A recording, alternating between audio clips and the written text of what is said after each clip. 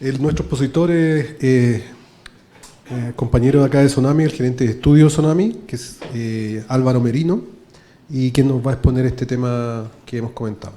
Gracias. Muy buenas tardes. En primer término, deseo agradecer vuestra presencia aquí porque ustedes cumplen un rol muy relevante.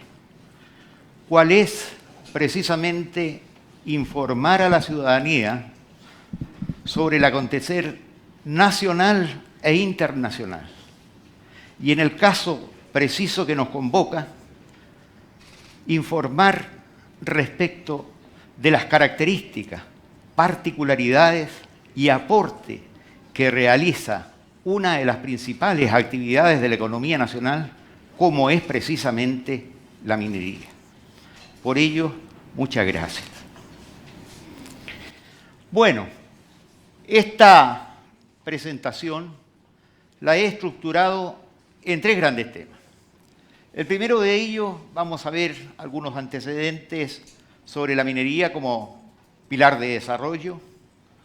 Luego, algunas nociones generales respecto de la tributación y el aporte que realiza este sector productivo al financiamiento fiscal. Y para terminar, con algunas reflexiones finales.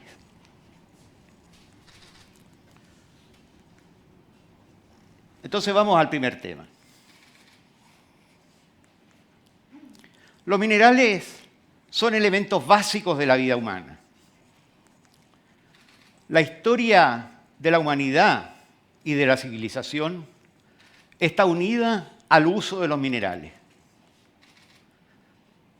Es así como todos los habitantes del mundo, sean ricos o pobres, utilizan y dependen de los minerales en su vida diaria. Y aquí tenemos, por ejemplo, un automóvil. Y un automóvil requiere 960 kilos de hierro, 109 kilos de aluminio. Pero lo más relevante para nosotros es que un automóvil, en el caso de un automóvil convencional, utiliza 24 kilos de cobre. Un automóvil híbrido, 38 kilos de cobre. Y un eléctrico, 80 kilos. ¿Y por qué es relevante esto para Chile?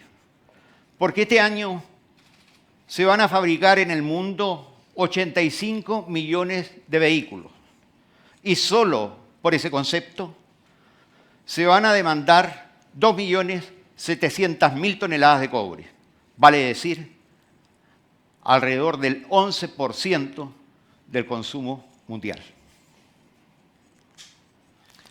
Y aquí tenemos un producto que es clave para nuestro trabajo diario. Y es imposible fabricar un computador sin cobre, oro, plata, hierro, litio y cientos de otros minerales extraídos de la tierra. Les confieso que a mí me gusta mucho mostrar esta lámina, porque por cada 3 presentaciones, esa empresa envía uno de esos equipos a mi casa.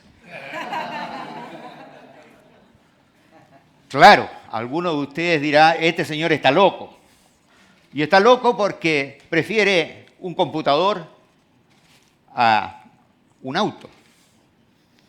Y fíjense que en realidad estoy loco, pero no tanto. ¿Por qué razón? Porque ocurre que con esta empresa tengo convenio. En cambio con esta otra no. Pero estoy negociando. Así que el próximo curso de periodista les cuento cómo me fue. Veamos cuáles son las características del negocio minero. El negocio minero comienza con el proceso de exploración, cuyos resultados son inciertos. No obstante, una vez determinado el potencial de un yacimiento, se requiere una inversión cuantiosa, lo que implica compromisos a largo plazo y se enfrenta a precios cíclicos y a riesgos técnicos, tales como las leyes del mineral, la recuperación metalúrgica, etc. Es decir, esta es una actividad de alto riesgo Y es debido a ese alto riesgo que se exige alta rentabilidad. No obstante, hay factores que incrementan o mitigan este riesgo, tales como la estabilidad jurídica, la estabilidad política y la estabilidad tributaria. Veamos algunos datos sobre la minería como pilar de desarrollo.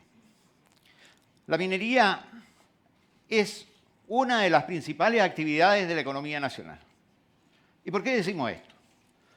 Porque en los últimos 18 años, vale decir el periodo 2005-2022, la minería contribuyó con el 12,4% del Producto Interno Bruto del país, que registró Chile en ese periodo. El Producto Interno Bruto es la sumatoria, ¿no es cierto?, de toda la producción del país, o en otras palabras, es la sumatoria de todos los ingresos que genera el país en un periodo determinado, en este caso un año.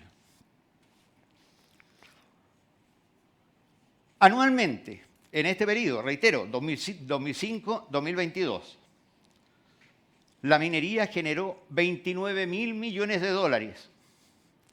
Y esto es equivalente a la producción de dos sectores emblemáticos en el paisaje productivo de Chile, como son precisamente la industria y la agricultura. Ambas generaron 31.000 millones de dólares en el periodo señalado.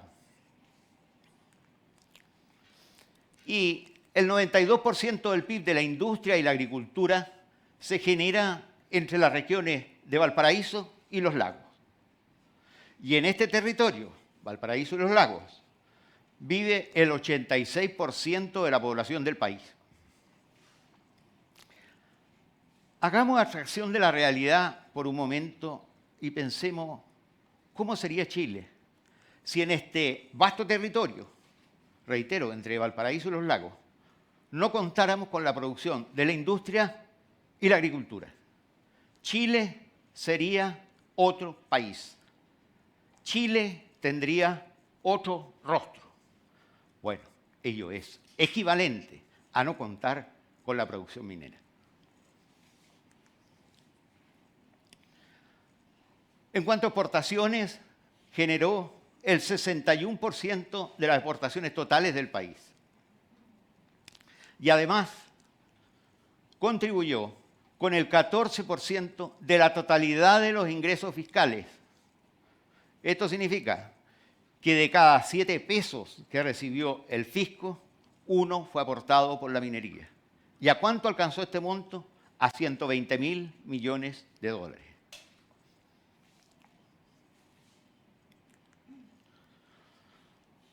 Este gráfico nos muestra el empleo tanto en el país como en la minería.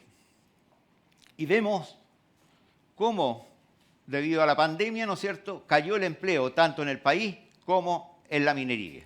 En el país cayó alrededor de 2 millones de puestos de trabajo y en el caso de la minería cayó 49.000 puestos de trabajo. Y respecto a la minería, se han recuperado a la fecha, han crecido desde este nivel mínimo en junio del año 2020. Actualmente el empleo directo que genera la minería son 273.000 personas. Y en el caso del país, 9 millones de personas. En el país aún no se recuperan los 2 millones perdidos, falta poquito. Y en el caso de la minería, se crearon 88.000 puestos de trabajo entre junio del 2020 y la actualidad. Por otra parte, el ingreso imponible al mes de junio del presente año, de acuerdo a datos de la Superintendencia de Pensiones, en el país alcanza, en promedio, a 1.122.000 pesos. En tanto que en la minería llega a 2.287.000 pesos. Es decir, que la remuneración imponible de la minería es prácticamente el doble que el promedio a nivel nacional. Bueno, le siguen importancia el sector electricidad, comunicación, el sector financiero, etc.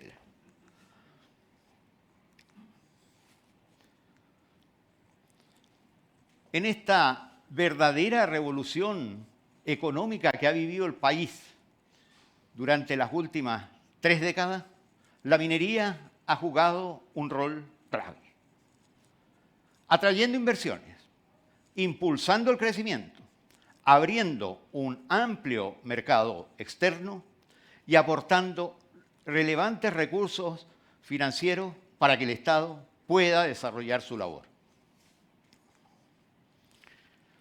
Por lo tanto, el éxito alcanzado por la minería en estas últimas décadas no es fruto del azar, sino que responde a ciertos factores. ¿Y cuáles son esos factores? Fundamentalmente, el hecho de contar el país con un gran potencial geológico. En segundo lugar, por contar con empresarios, trabajadores, técnicos y profesionales altamente capacitados que le han permitido desarrollar esta industria. A lo que se agrega el marco institucional, político, económico y jurídico, que ha generado confianza, estabilidad y seguridad, elementos claves para atraer la inversión, especialmente en este sector cuyos proyectos se desarrollan en el largo plazo. La legislación chilena ha combinado armónicamente los intereses del país y las garantías que requiere el inversionista minero para abordar proyectos que demandan cuantiosas inversiones, sofisticada tecnología y profesionales y técnicos de primer nivel.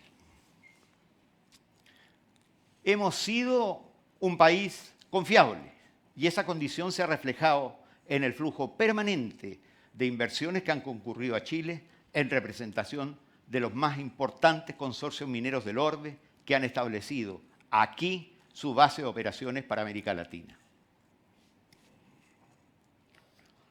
Por lo tanto, un inversionista, al evaluar un proyecto minero, no solo centra la atención en el precio y en los costos, sino también en la institucionalidad, vale decir, el marco jurídico, económico y político donde se va a efectuar la inversión. Entonces creo oportuno que nos preguntemos si los recursos naturales por sí solos hacen diferente a los países. Y mi impresión es que no. Por sí solos los recursos naturales no hacen diferente a los países. Pues lo que distingue y diferencia a los países no son los recursos naturales en sí, sino que la institucionalidad que se dan para hacer uso eficiente de esos recursos de que disponen. Es por ello que adoptar medidas que afecten la confianza en la institucionalidad implica necesariamente menor inversión y desarrollo. Creo que este gráfico es muy ilustrativo de esta situación. Aquí tenemos la producción de cobre de Chile y de Zambia. En el año 1970, ambos países tenían una producción similar en torno a las 700.000 toneladas de cobre. Hoy en tanto, como sabemos, Chile produce 5.328.000 toneladas, en tanto que Zambia produce 880.000 toneladas. ¿Qué pasó? ¿Se agotaron los recursos en Zambia? No. Lo que ocurrió es que Chile se dio una determinada institucionalidad para desarrollar su minería y Zambia otra. Aún más, los yacimientos en Zambia son mucho más ricos que los yacimientos en Chile. Me refiero a que las leyes son en Zambia sustancialmente superiores. Bueno, y vemos también dentro de Latinoamérica, ¿no es cierto?, que hay muchos países tienen recursos mineros, pero lamentablemente no se han dado la institucionalidad que se requiere para desarrollar su minería. Por lo tanto, reitero, los recursos mineros por sí solos no aseguran el desarrollo. Poseer recursos mineros es una condición necesaria, pero no suficiente para desarrollar la minería, sino que se requiere un conjunto de factores y condiciones que cuesta mucho alcanzar y muy poco perder. Vamos al capítulo 2 de esta presentación. Esta es la estructura tributaria del país, en 4 grandes líneas de tributos. El impuesto a la renta, impuesto a las ventas y servicios, impuestos específicos y otros impuestos. Vamos a ver cada uno de ellos. En el caso del impuesto a la renta, tenemos el impuesto a las utilidades empresariales, o el impuesto también llamado de primera categoría. Tenemos el impuesto específico a la actividad minera, el impuesto a las personas naturales, vale decir, el impuesto de segunda categoría o el impuesto al trabajo y el impuesto global complementario. Todas aquellas personas que, ¿no es cierto?, que durante el año tengan un ingreso que no supere las 13,5 unidades tributarias anuales, eso es del orden un poco, más o menos alrededor de 10 millones de pesos, no están obligados a declarar. ¿Vale? Y del mismo modo, si tengo un solo empleador, recibo ingresos por solo una fuente, y es un solo empleador, tampoco estoy obligado a declarar. No obstante, si tiene 2 o más fuentes de ingresos, tiene que declarar, ¿no es cierto?, y ver si se acoge ahí al global complementario. Y el otro tipo de impuesto a la renta es el impuesto adicional, que son precisamente para las personas no residentes que no tienen domicilio en Chile, es decir, para los extranjeros. Respecto al impuesto a las ventas y servicios, el más relevante, por cierto, es el IVA. Pero además tenemos algunos impuestos especiales para determinados productos, como el impuesto a las bebidas alcohólicas, analcohólicas y productos similares. A este respecto, todas las bebidas analcohólicas, y se entiende por tal, ¿no es cierto?, puede ser un agua, pero si está saborizada esa agua mineral que tomamos, ¿no es cierto?, que es saborizada, ese producto tiene una tasa de impuesto de un 10%. Y a ello hay que agregarle el IVA. Siempre y cuando no tenga un alto contenido de azúcar.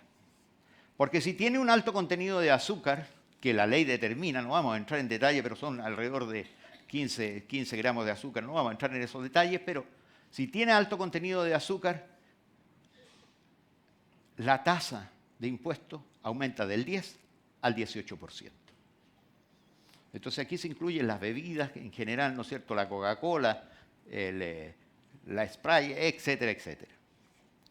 Y en el caso de las bebidas alcohólicas, la norma hace una distinción entre los licores y los vinos y cerveza. Y es así, por ejemplo, que en el caso de los licores, la tasa de impuesto es de un 31,5%. Y los vinos y cerveza, 20,5%. Y a eso, reitero, hay que agregar el IVA. Por ejemplo, una botella de pisco, que en el supermercado, ¿no es cierto?, puede costar 10.000 pesos, digamos. De esos 10.000 pesos, alrededor de 3.500 pesos uno paga por concepto de impuesto al consumidor. Porque de esos 10.000 pesos son una parte, el impuesto a la ley de alcoholes, ¿no es cierto? En este caso estamos hablando de una botella de pisco o de whisky, que es un 31,5%, y a eso hay que agregar el IVA. Y en el caso de una cerveza, la cerveza tiene una tasa inferior, que es igual a la tasa del vino, que es 20,5%. Una cerveza que cueste 1.000 pesos, alrededor de 300 pesos de esos 1.000 pesos que pagamos son impuestos.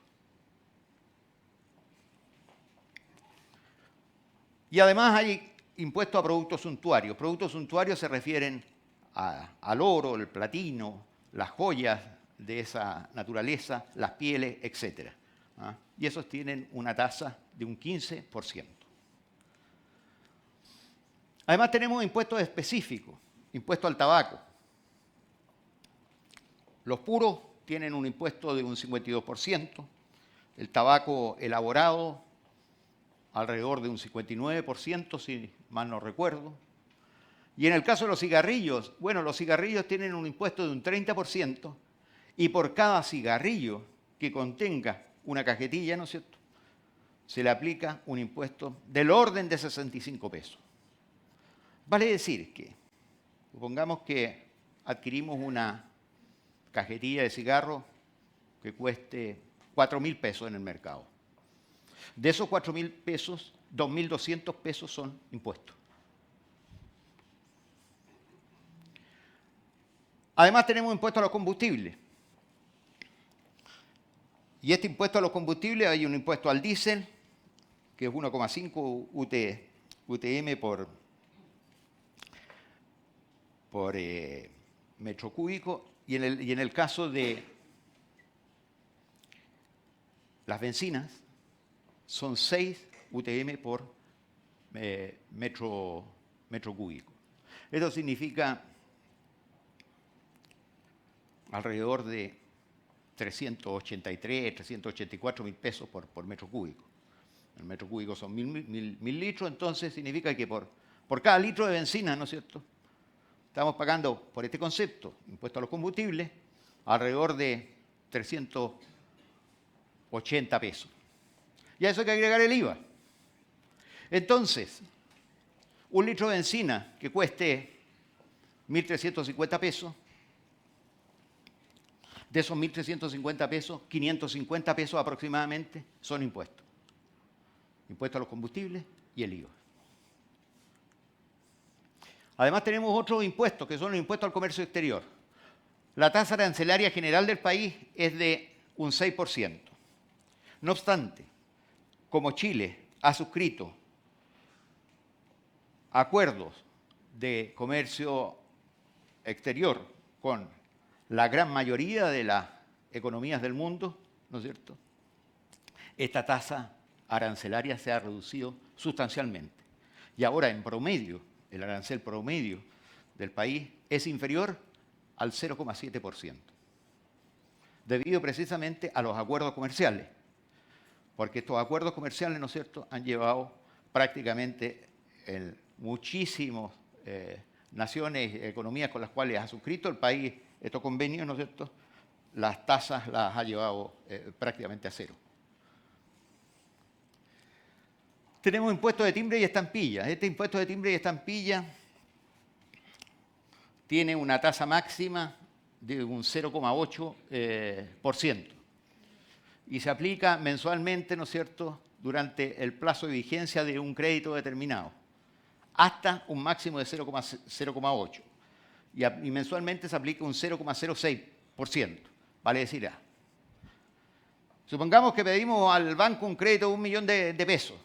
Por ese crédito de 1 millón de pesos, por concepto de ley de timbre y estampilla, el impuesto de timbre y estampillas, pagamos 8.000 pesos. También hay un impuesto a los juegos de azar. Los casinos, por cada persona que los visita, tienen que pagar 4.500 pesos. Es decir, pero eso lo paga el consumidor en definitiva. Por eso es la entrada de los casinos. No sé en este momento cuánto estará la entrada a los casinos, yo no voy nunca, pero sí tiene que pagar 4.500 pesos. Y adicionalmente, el casino tiene que pagar al Estado un 20% de todos los ingresos brutos que percibe. Y en el caso que eventualmente alguno de ustedes se gane el loto o la polla gol, y supongamos que se gana $1 millón, por ese $1 millón tiene que pagar un impuesto, que es equivalente al 15%. Vale decir que de ese $1 millón hay que pagar $150.000 al Estado. Y hay otro impuesto que es el impuesto a las herencias. Y el impuesto a las herencias, ¿no es cierto?, sobre, es decir, bajo 600 UTM está exento de impuestos. Sobre las 600 UTM tienen tasas progresivas de impuestos entre 1 y 25%. Bueno, ¿y cómo se distribuyen estos tributos? Estos son datos al año 2022. Y en términos de recaudación, el más relevante fue el impuesto a la renta el año pasado, que generó el 48,6% de todos los tributos que recaudó el país. Le sigue en importancia el IVA, 44,2%, luego los productos específicos, los actos jurídicos y otros impuestos. En el pasado, el más relevante era el IVA, que captaba más o menos el 50 y a veces más por ciento de la recaudación tributaria. Y aquí vemos el impuesto de primera categoría, cómo ha ido creciendo en el tiempo. El año 1987 la tasa de impuesto era un 10%, luego sube al 15% el año 91 y así sucesivamente hasta llegar al año 2018, que llega a 27% y esa es la tasa que nos rige actualmente. Y en el caso del impuesto al valor agregado, cuando se crea este impuesto era una tasa de un 20%. Luego el año 1988 disminuyó al 16% y hoy, como sabemos, está en 19% desde el año 2003. Este gráfico nos muestra entre el año 2010 y el año 2022 los aportes de la minería al financiamiento fiscal. Y aquí tenemos el aporte en rojo de Codelco y en azul de la minería privada. Y los aportes de Codelco en este periodo, en promedio, fueron 2.799 millones de dólares. En tanto que el aporte de la minería privada en este periodo fueron 2.800 millones de dólares. Vale decir, prácticamente lo mismo. ¿Y qué es lo que comprende el aporte de Codelco? El aporte de Codelco comprende el aporte del 10% por la ley reservada al cobre, ¿no es cierto? La ley 13.196, el impuesto a la renta de las empresas públicas, que es una tasa de un 40%, y los excedentes que tienen. Toda esa sumatoria, en promedio, fueron 2.800.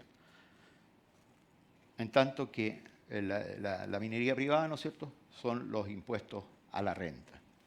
Los impuestos a la renta, que son fundamentalmente el impuesto de primera categoría, ¿no es cierto?, global complementario, impuesto adicional e impuesto específico a la minería.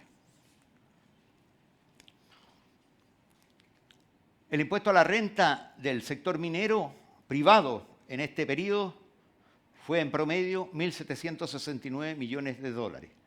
Ese es el impuesto a la renta propiamente tal.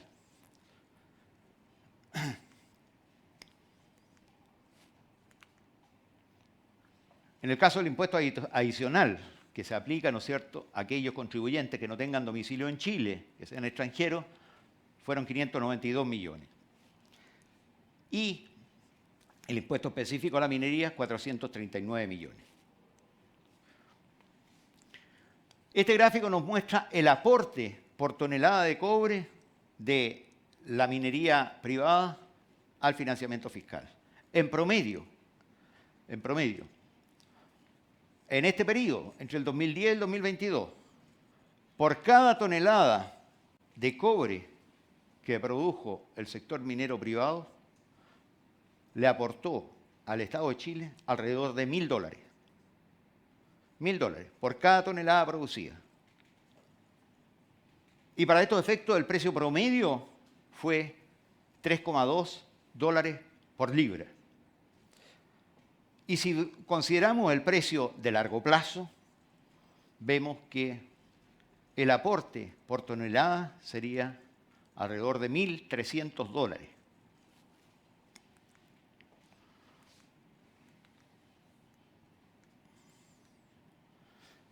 Esto quiere decir que por cada millón de toneladas adicionales de producción de cobre que tenga el país, le aportan al Estado de Chile 1.300 millones de dólares cada millón de toneladas adicionales. Veamos algunos antecedentes sobre el impuesto específico a la actividad minera. El impuesto específico a la actividad minera se establece el año 2005 y establece un impuesto cuya tasa se aplica sobre la renta imponible operacional minera. Y la renta imponible operacional minera equivale a la renta líquida imponible con ciertos agregados y deducciones cuyo objetivo es depurar la utilidad obtenida solamente de la actividad minera. ¿Entendieron? ¿No? ¿No? Yo tampoco. En el fondo, lo que se quiere decir acá es que esta renta imponible operacional minera es, en términos simples, los ingresos por venta minero, se le deducen a esos ingresos por venta, ¿no es cierto?, todos los costos y gastos, excluyendo los gastos financieros. Los gastos financieros no se consideran. Del mismo modo, no se consideran las pérdidas de años anteriores. Y tampoco se considera la depreciación acelerada. Sí se considera como costo la depreciación normal. Eso es, en brevísimas palabras, la renta imponible operacional minera. Es muchísimo más complejo que esto, pero le entrego solo la idea. Entonces, la tasa aplicable a las ventas anuales, ¿no es cierto?, de la minería, de acuerdo a la ley del año 2005, todos aquellos productores que tengan menos de 12.000 toneladas no están afectos a este impuesto específico a la actividad minera. Los que tenían entre 12.000 y 50.000 toneladas tenían tasa progresiva entre 0,5 a 4,5% sobre el arrión. Y sobre 50.000 toneladas tenían tasa de un 5%, generalmente para los proyectos nuevos, y en el caso de las operaciones existentes, un 4%. Pero para este 4% que se les aplicaba a los proyectos existentes, ¿no es cierto?, tenían que modificar su acuerdo de invariabilidad tributaria que tenían con el Estado. Entonces se les ofreció, les alargamos el plazo de invariabilidad tributaria y ustedes se acogen a este impuesto con esta tasa de un 4%, porque en caso contrario no se podría haber aplicado este impuesto debido a la invariabilidad tributaria que tenían las compañías mineras. Y se llegó a acuerdo y eso hicieron. Bueno, aquí está la tabla, digamos, las tasas progresivas, no vamos a entrar en detalle eso. Luego, después del terremoto del año 2010, ¿no es cierto?, se modificó esta ley de impuesto específico a la actividad minera. ¿Y en qué consiste esto? Los productores con menos de 12.000 toneladas siguió igual. Y entre 12 y 50.000 también siguió igual, ¿no es cierto?, con esas tasas progresivas entre 0,5 y 4,5% sobre la renta. Pero los que los producían más de 50.000 toneladas tuvieron tasas progresivas entre 5 y 14%. Y esto dependió, esta tasa progresiva, dependiendo del margen operacional minero. Y el margen operacional minero, ¿no es cierto?, es un cociente porcentual entre el arrión y las ventas. En simple, supongamos que las ventas son 100, los costos y gastos de ventas 40. Entonces el arrión, ¿no es cierto?, son los ingresos menos los costos. Y los ingresos menos los costos son 60. Y 60 dividido por 100, que son las ventas, es un 60%. Entonces el margen operacional minero en este caso, ¿no es cierto?, es un 60%. Y con ese 60% vamos a la tabla, ¿ya?, y vemos que la tasa efectiva máxima es 8,32. Luego, el presente año, ¿no es cierto?, se deroga este impuesto específico a la actividad minera y se crea un nuevo impuesto sobre el royalty minero. Y este impuesto denominado royalty minero se estructura en base a dos componentes. El primero de ellos es el componente ad valorem. ¿Qué significa eso? Que se aplica una tasa fija de un 1% sobre las ventas a los explotadores mineros cuyas ventas anuales promedio en los últimos 6 años superen las 50.000 toneladas de cobre fino. Y si en un ejercicio determinado la renta imponible operacional minera ajustada. Aquí se hizo un ajuste a la RIOM que habíamos visto anteriormente. Pero no vamos a entrar en detalles eso, porque sería muy largo y no nos alcanzaría el tiempo. Entonces, si la RIOM es negativa, el componente al volver a pagar corresponderá a la cantidad positiva que resulte de restar el componente al valor a la cantidad negativa. ¿Qué significa esto? Supongamos que el 1% sobre las ventas es 100, ¿vale? Pero la renta imponible operacional minera es negativa. Y supongamos que esa renta imponible operacional minera es 20. Entonces, por este concepto, no va a pagar 100, sino que va a pagar los 100 menos lo negativo, ¿no es cierto?, que correspondiente a la renta imponible operacional minera. Es decir, paga 80, ¿vale? Y además tiene un componente sobre el margen minero. Es decir, que para aquellos explotadores cuyas ventas anuales provengan en más de un 50% de cobre y el promedio de los últimos 6 años supere las 50.000 toneladas de cobre fino, se aplica la siguiente tabla. Y esta tabla, ¿no es cierto?, con tasas de impuesto efectivas entre un 8 y un 26% dependiendo del margen operacional minero.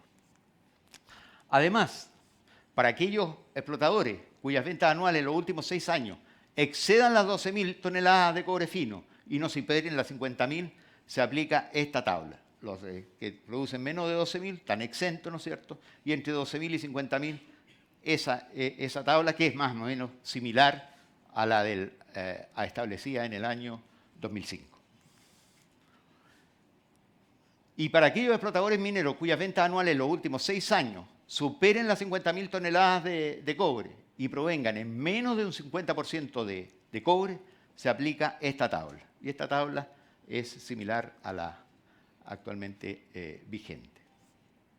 Para los productores de cobre, como vimos anteriormente, ¿no es cierto?, que produzcan más de 50.000 toneladas. Además, se fija una carga potencial máxima, que va a ser 46,5% sobre la renta imponible operacional minera ajustada si las ventas anuales exceden de 80.000 toneladas de cobre y 45,5% con ventas menores a ese monte. Es decir, entre 50 y 80.000, ¿no es cierto?, la carga tributaria no puede superar el 45,5%. Y sobre 80.000, 46,5%.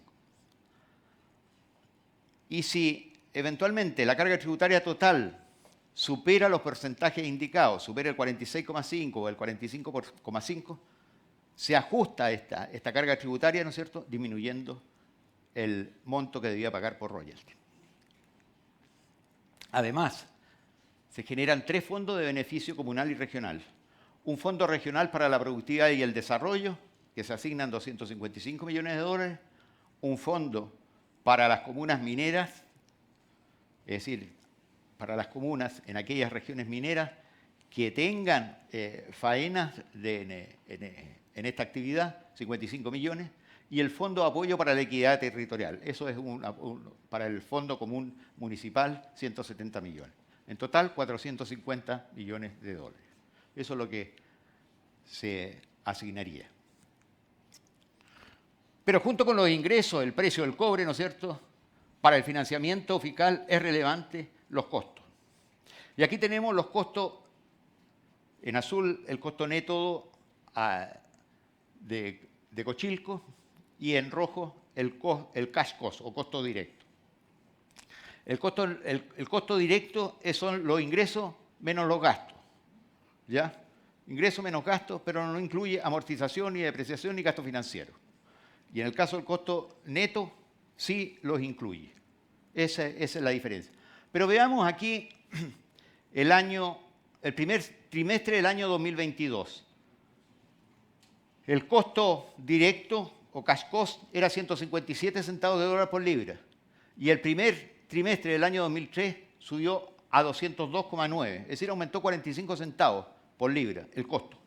Y en el caso del costo neto de Cochilco, aumentó de 2,51 a 301 centavos de dólar por libra. Es decir, aumentó prácticamente 50 centavos. Y este aumento de 45 centavos en el costo directo o cash cost se explica fundamentalmente por menor producción, aumento de remuneraciones y servicios. Y eso explica 41 centavos. Eso explica 41 centavos. Otro, los 21,4 centavos se deben, el aumento, ¿no es cierto?, de costos a factores de mercado adversos, tales como mayores precios de los insumos, la electricidad, el combustible. Y hay factores de mercado favorables, como mayores créditos por subproductos, como el molibdeno y oro. Es decir, que aumentó la producción y los precios de estos productos. Porque estos subproductos, como el oro, el molibdeno, una empresa productora de cobre, ¿no es cierto?, los ingresos que obtienen por ese concepto se le restan a los costos. Bueno, y aquí vemos que en el caso del costo neto aumentó prácticamente el costo en 50 centavos y adicionalmente, ¿no es cierto?, 50 centavos de 2,51 a 301 y adicionalmente el precio del cobre disminuyó de 4,53 a 404. Esto es comparar el primer trimestre del 2002 con el primer trimestre del 2023. Pero para ilustrar esto, veamos el dato de alguna compañía minera. Y este dato lo obtuve de la Comisión para el Mercado Financiero, que las compañías mineras tienen que entregar información sobre sus ingresos y ventas, etc.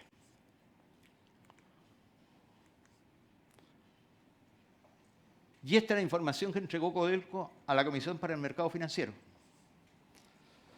Y Codelco, el costo neto de cátodo aumentó entre enero y junio del año 2022 de 237 centavos de dólar a 360. Y el costo directo o cash cost aumentó de 150,6 centavos de dólar a 212,9. Y el costo total de 265,5 a 395. En síntesis, prácticamente en el periodo enero-junio de 2022 a enero-junio de 2023, de acuerdo a los antecedentes entregados por Codelco a la CMF, ¿no es cierto?, los costos aumentaron prácticamente en torno al 50%. ¿Y eso qué significa? Disminuyen los aportes.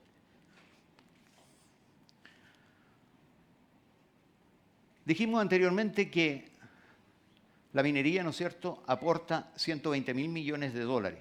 Ha aportado entre el 2005 y el 2022. Pero dimensionemos esta cifra.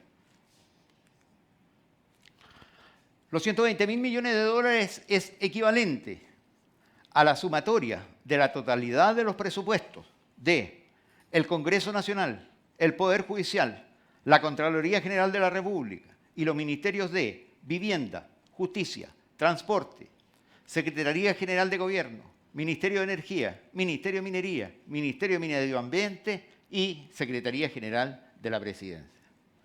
Todo lo que aporta la minería, reitero, es equivalente a la sumatoria de todos esos presupuestos.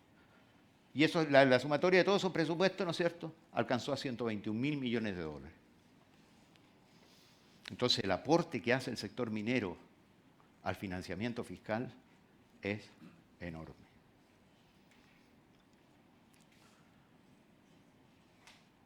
En otras palabras, estos 120.000 millones de dólares es equivalente a financiar 460 hospitales, como el de Maipú o el de la Florida, ¿no es cierto?, cuyo costo fue del orden de los 260 millones de dólares.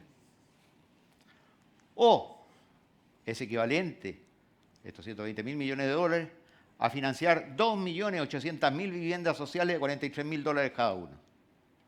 O también es equivalente a construir 40 líneas de metro, como la línea 7, ¿no es cierto?, cuyo costo fue 3.000 millones de dólares. Y para terminar, algunas reflexiones.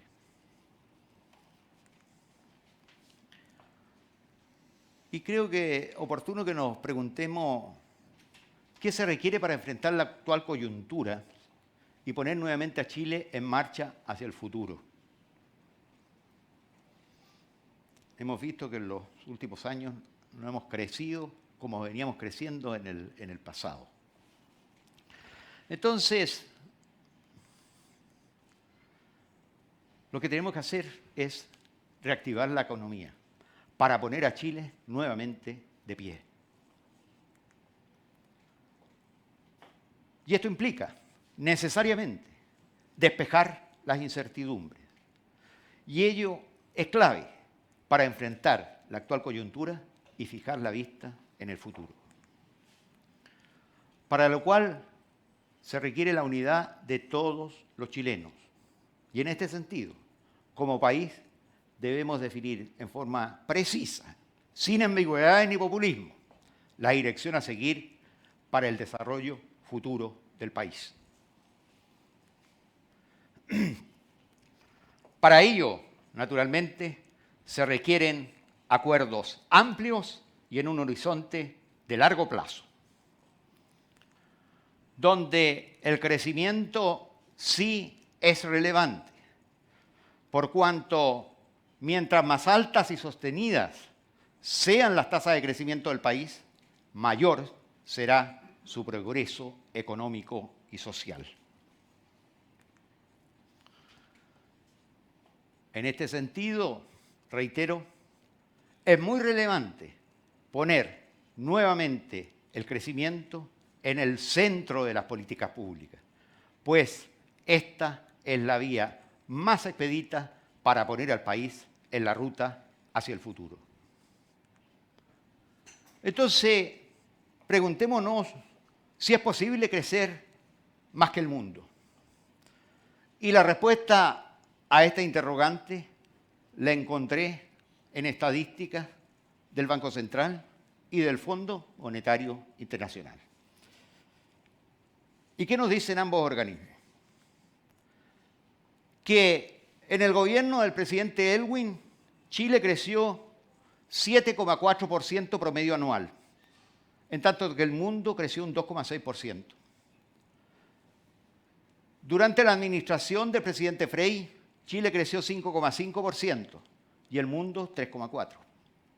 Luego, durante el presidente Lagos, Chile creció 4,8% y el mundo 4,1%. En el primer gobierno de la presidenta Bachelet, tanto Chile como el mundo crecieron 3,5%. En el primer gobierno del presidente Piñera, Chile creció 5,4% y el mundo 4,2%. En el segundo periodo de la presidenta Bachelet, Chile creció 1,8% y el mundo 3,5%. Y en el segundo periodo del presidente Piñera, Chile creció 2,6% y el mundo 2,4%. Y en el último periodo, tomando los datos del año pasado, lo que creció el PIB, 2,4%, y lo que estima el Fondo Monetario Internacional que va a crecer el país este año, en promedio va a crecer un 1%, en tanto que el mundo va a crecer 3,3%. Y entre el año 90 y el año 2021, Chile creció una tasa promedio anual de un 4,5% y el mundo 3,4%. Entonces, la historia nos muestra que es posible crecer más que el mundo.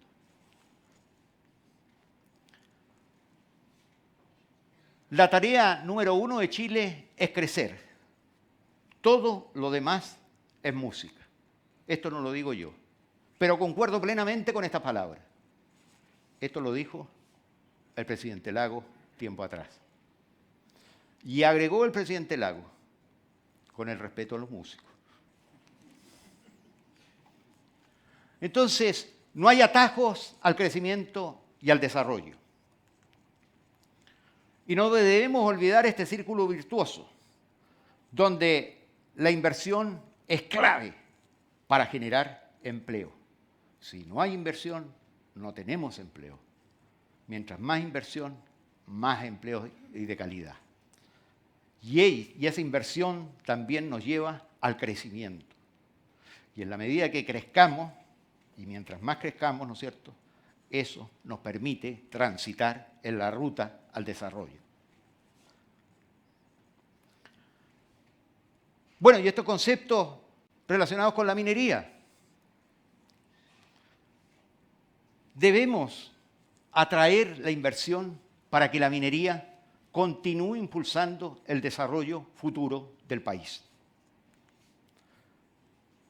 Y en este sentido, es prioritario para el país agilizar el otorgamiento de permisos y otorgar mayor certeza jurídica a este proceso.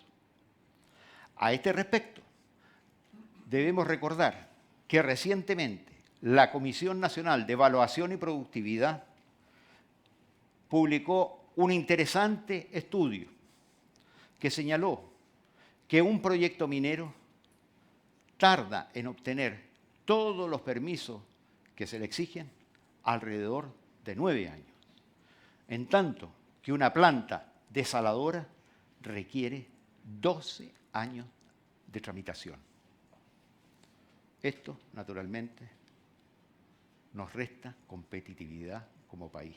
Y estos plazos, ¿no es cierto?, fuera del tiempo que se demora en entrar en producción, ¿no es cierto?, tiene un alto costo para los inversionistas como también para Chile.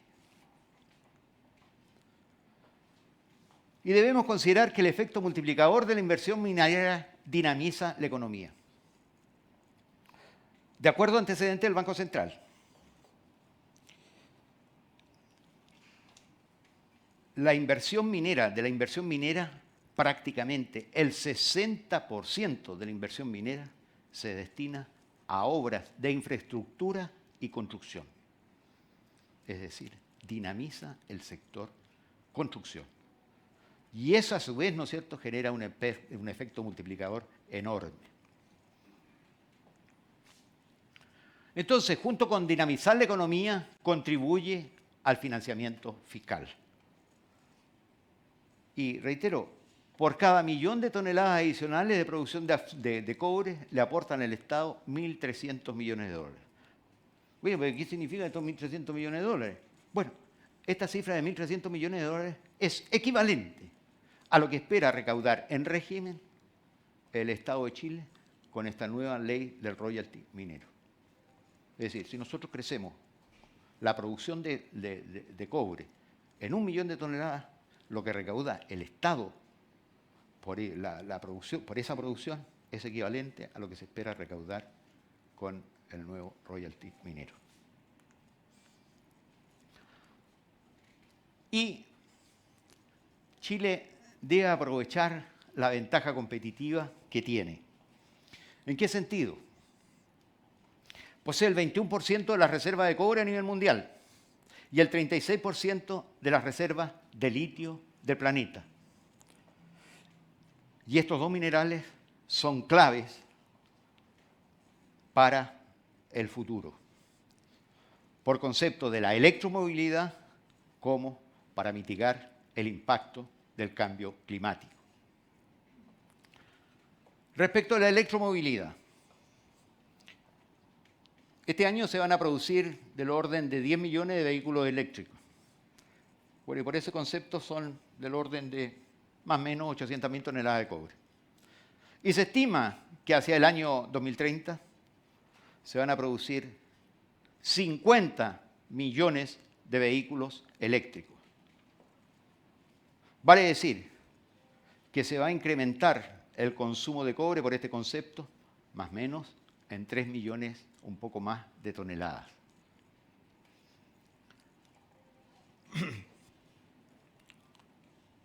Y además,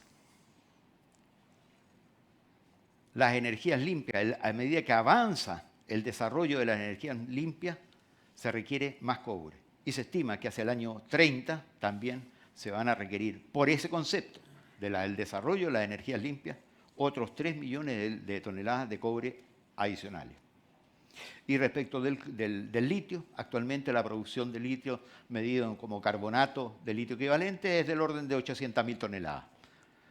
Pero se espera, ¿no es cierto?, que hacia el año 30 el mercado del carbonato de litio sea del orden entre 3 y 3,5 millones de toneladas. Entonces, para avanzar en la ruta hacia el futuro, el voluntarismo no sirve, sino que se requiere una clara institucionalidad que incentive el despliegue y la actividad creadora de la iniciativa privada. En síntesis, 3 factores claves que permitirán a Chile enfrentar la actual coyuntura y mirar al futuro con optimismo. El primero de ellos es unidad. Y es tarea de todos poner al país nuevamente de pie. El segundo es responsabilidad. Es decir, debemos comprometernos a trabajar correctamente por el futuro de Chile. Y el tercero es confianza. Confianza en que los líderes del país sepan encauzar esta compleja situación por la senda correcta. Y en esta ruta hacia el futuro, la minería ofrece un mundo de oportunidades que debemos aprovechar. Muchísimas gracias por su atención.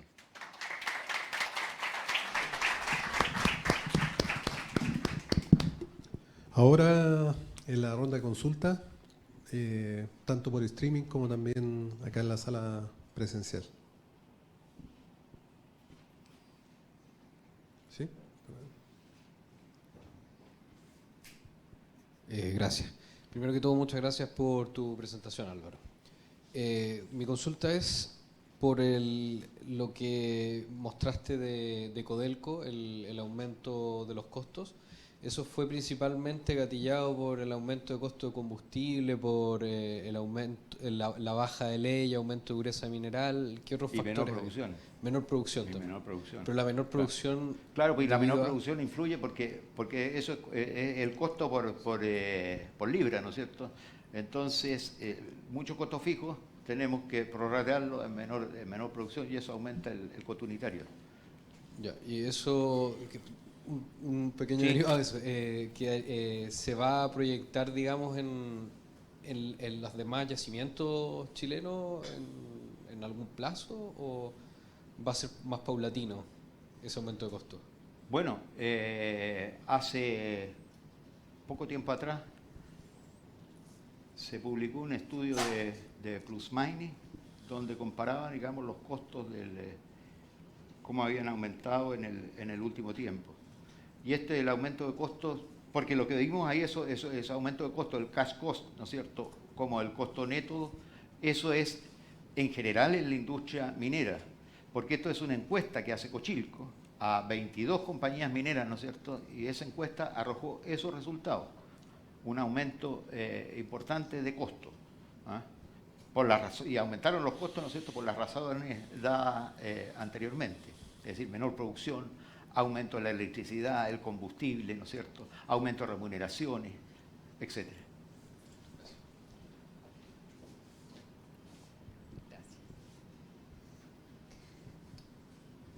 Yo quería consultar, porque muchas veces se habla de la maldición de los recursos naturales. Entonces, que en aquellos países que son muy ricos en recursos naturales hace que las otras industrias sean menos competitivas y eso al final hace que que las tasas de crecimiento después disminuyan. Entonces, en el caso de Chile,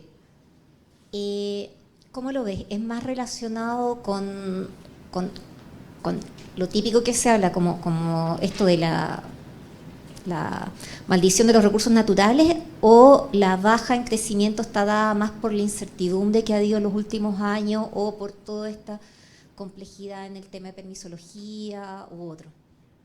No, sin duda que, es decir, a ver, respecto a eso de la maldición, yo no estoy de acuerdo con que sea una maldición contar con los recursos naturales que el país posee, sino que todo lo contrario. El país ha tenido un cambio fenomenal. Chile hoy tiene otro rostro, Chile hoy tiene otra cara, totalmente distinta a la que veíamos 3 décadas, 4 décadas atrás. Y en ello no ha sido solo la minería. La minería, por cierto, que ha contribuido, pero también hay otros sectores económicos que también han contribuido a cambiar el rostro a Chile. Y les voy a dar solo dos ejemplos. En el año 1990, el PIB per cápita, de acuerdo al Fondo Monetario Internacional de Chile, eran $5.900. 1990. El año recién pasado, 2022, el PIB per cápita de Chile llegó a $29.000. El año 1990 Chile estaba en la medianía de la tabla de los países latinoamericanos en cuanto a este indicador. Sin embargo, el año pasado Chile ocupaba el segundo lugar. En circunstancias que, años atrás, Chile ocupaba el primer lugar en cuanto a PIB per cápita de toda la región latinoamericana. Y fue desplazado en los últimos años por Panamá. Entonces, vimos aquí cómo estos 120.000 millones de dólares del financiamiento fiscal, cuántos ministerios, ¿no es cierto?, se financian con eso. ¿Cuántas obras sociales realiza el país? ¿Eso es una maldición? Claramente no. ¿Ah? Y la minería, por cierto, ha contribuido a eso. ¿Y qué es lo que ha sido posible esto? La inversión minera. La inversión minera. Entre el año 1990 y 2022, en Chile se invirtieron en moneda actual. Por moneda actual me refiero dólares 2022. Se invirtieron 230.000 millones de dólares en el sector minero, de los cuales 80.000 fueron invertidos por Codelco y 150.000 por el sector privado. ¿Y por qué ha sido posible desarrollar esta minería? Oiga, si los yacimientos estaban, muchos yacimientos, ¿no es cierto?, se descubrieron 40, 50 años atrás o más, pero no habían avanzado en su explotación. Y se invirtió en el sector minero precisamente por lo que señalaba al comienzo, por la institucionalidad que se dio el país para desarrollar la minería, y no solamente la minería, sino que otras actividades económicas. En el pasado, prácticamente el 80% o más de las exportaciones mineras, de las exportaciones del país, correspondían a productos mineros. Y eso ha disminuido en los últimos años.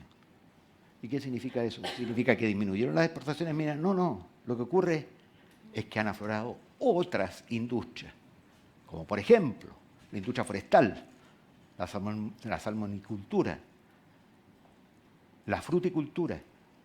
El año pasado en fruticultura exportamos 2.000 millones de dólares en cereza. En el pasado era impensable eso. Se exportaron 1.800 millones de dólares en vino. Entonces, claramente, la institucionalidad, ¿no es cierto?, que se dio al país fue, yo diría, a mi modesto entender, lo que permitió el cambio en este rostro que hoy Chile tiene respecto del pasado.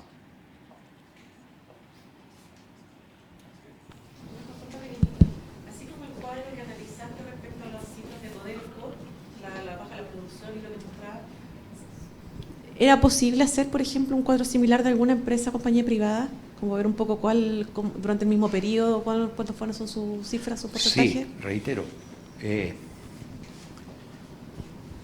Hace poco tiempo atrás se publicó un estudio de Plus Mining, ¿ya? Y salió publicado en el Mercurio. Y ahí se señala cómo han ido aumentando por compañía, ¿no es cierto?, los costos en el último tiempo, en los últimos 6 meses o un año. Si les interesa eso, lo podemos buscar esa información y se las entregamos. Salvo que crean que el mercurio miente.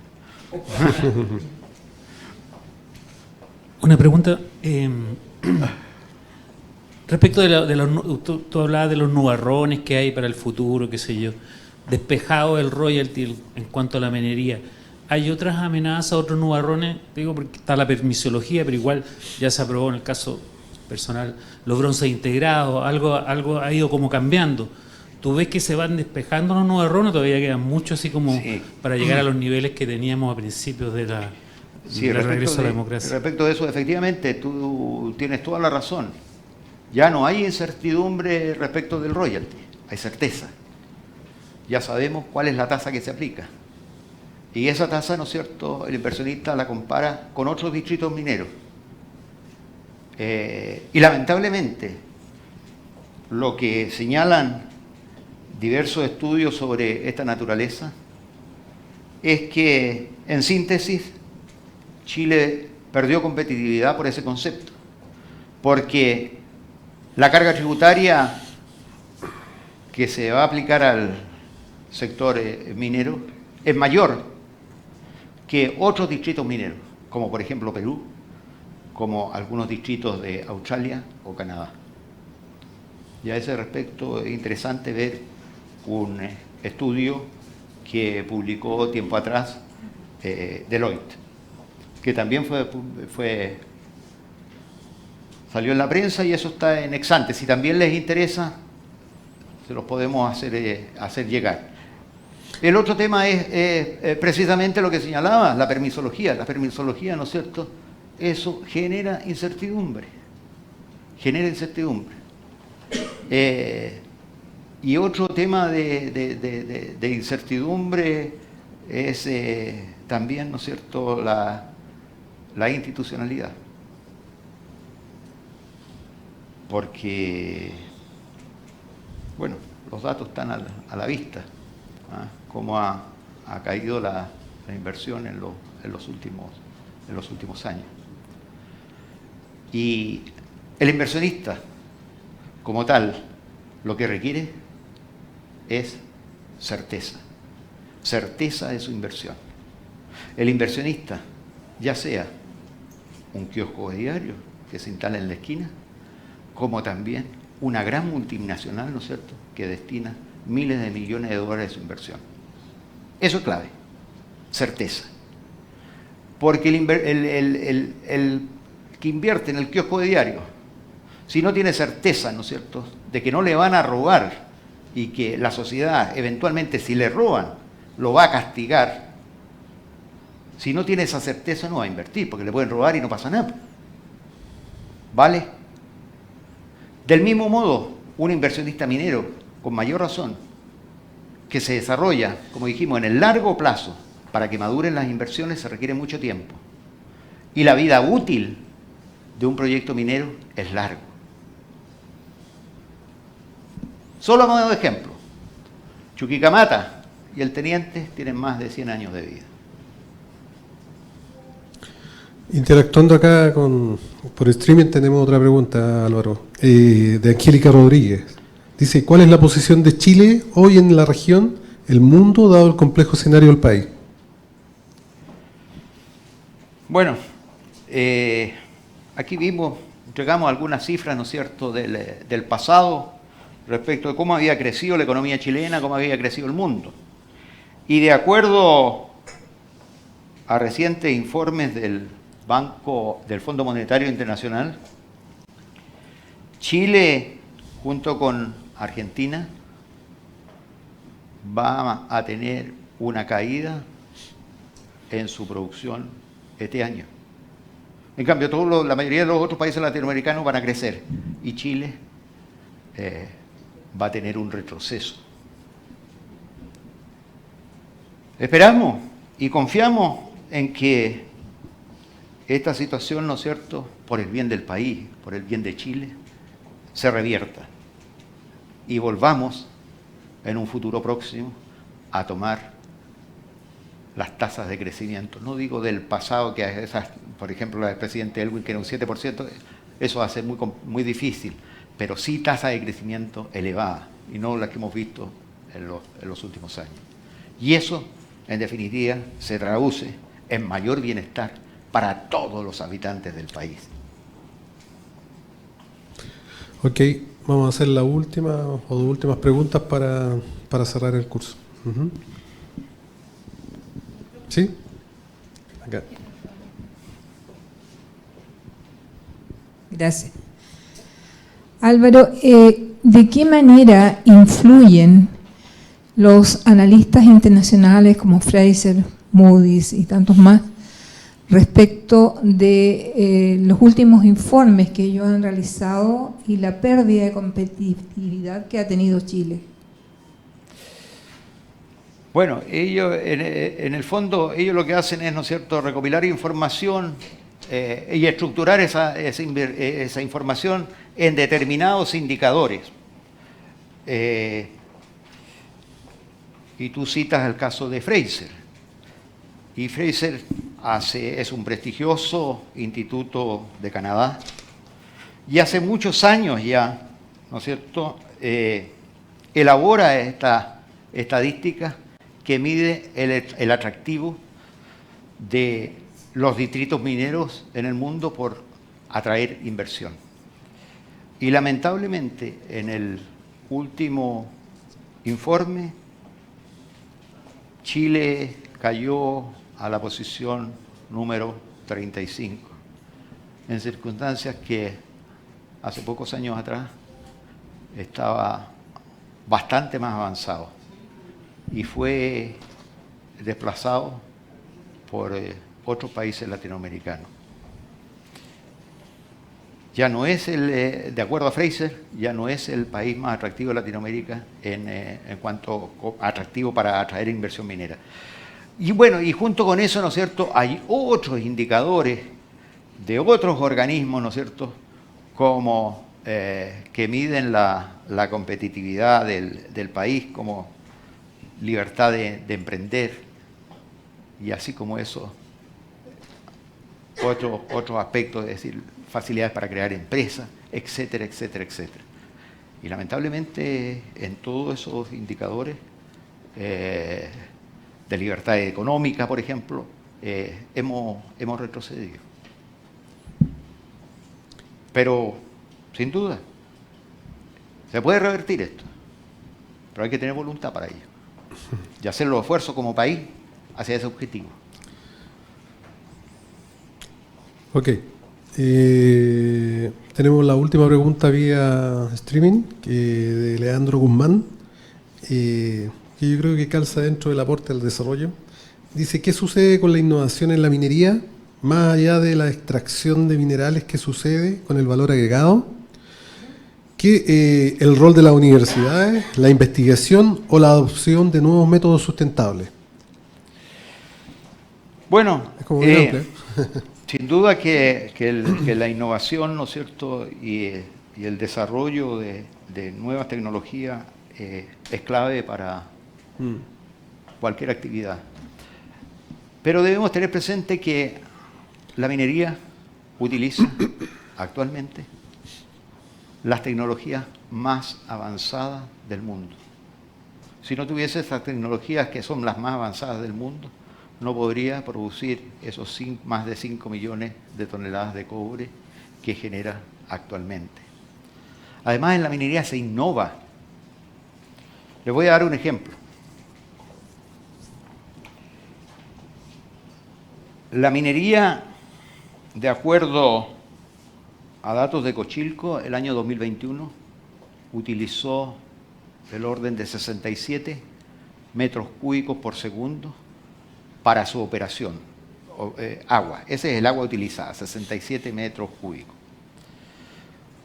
Pero esos 67 metros cúbicos, prácticamente el 75% fue reutilizada. ¿Y eso qué significa en definitiva? Eso significa competencia, eso significa innovación. Eso significa conocimiento. Y eso lo hace la minería. No podemos decir de otras industrias, ¿no es cierto?, que recirculen el 75% del agua que utilizan. Y respecto a las universidades, claro, las universidades cumplen un rol muy importante. Y en ese sentido, estimo que debe haber una más estrecha colaboración entre las universidades y la empresa, para que las universidades, ¿no es cierto?, otorguen los cursos y la capacitación a los alumnos que requiere precisamente la empresa. La última pregunta.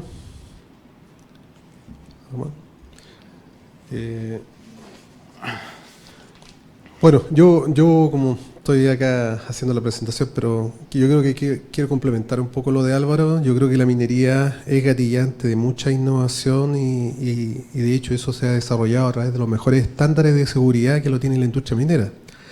Ha sido apalancador de la energía renovable, por ejemplo. Y todo eso es un círculo virtuoso que, gracias a la intensidad de capitales y gracias a poder mejorar los costos, la industria impulsa la innovación y el desarrollo en el país. Eso por un lado. Yo creo que vamos a dar término Veo que a la ustedes charla están de Álvaro. agotados después de esta larga exposición y esta larga conversación. Yo también. Sí. La próxima cita va a ser el 25 de octubre y con el tema impulso en la desalinización y la industria minera. Eso será desarrollado por el señor Carlos Fosley. Eso. Gracias.